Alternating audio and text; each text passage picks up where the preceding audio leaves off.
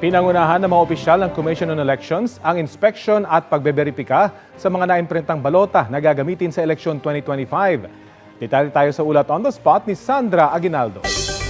Sandra?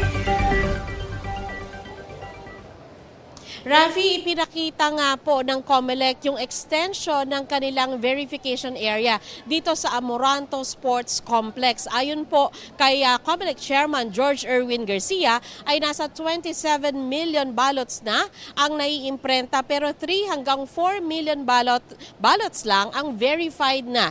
Ibig sabihin daw na kahit mabilis ang pag-imprenta ay hindi makasabay yung bilis ng verification.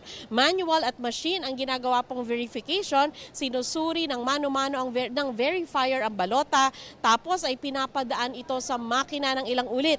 Minsan pasado po sa makina pero hindi pasado sa mapanuring mata ng verifier. Kahit kasi kapirasong dumi o smudge ng tinta sa balota ay hindi pasado sa manual verification. Nagdagdag ng mahigit 200 na verifier ang COMELEC at sila yung mga nasa Amoranto. Meron din pong verifier sa National Printing Office at day and night shift pa sila doon. Sabi ng COMELEC, maaabot pa rin nila ang kanilang April 14 deadline. Kaugnay naman, Rafi, sa umunay mga sindikato na nag-aalok ng sure win sa mga politiko na willing magbayad ng milyon-milyon, sabi ng COMELEC ay nakikipag-ugnayan na sila sa NBI tungkol dito. Meron pa nga raw former COMELEC employee na 17 years nang wala sa COMELEC na iniimbestigahan ngayon. Sa ngayon, Rafi, dito sa Amoranto, makikita nyo naman sa aking likuran, patuloy po ang verification. Dito po ay day shift lamang pero balak ng COMELEC na magkaroon ng night shift at ang kanilang target pareho dito sa Amoranto man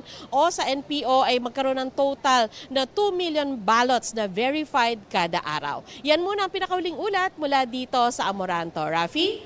Maraming salamat, Sandra Aguinaldo.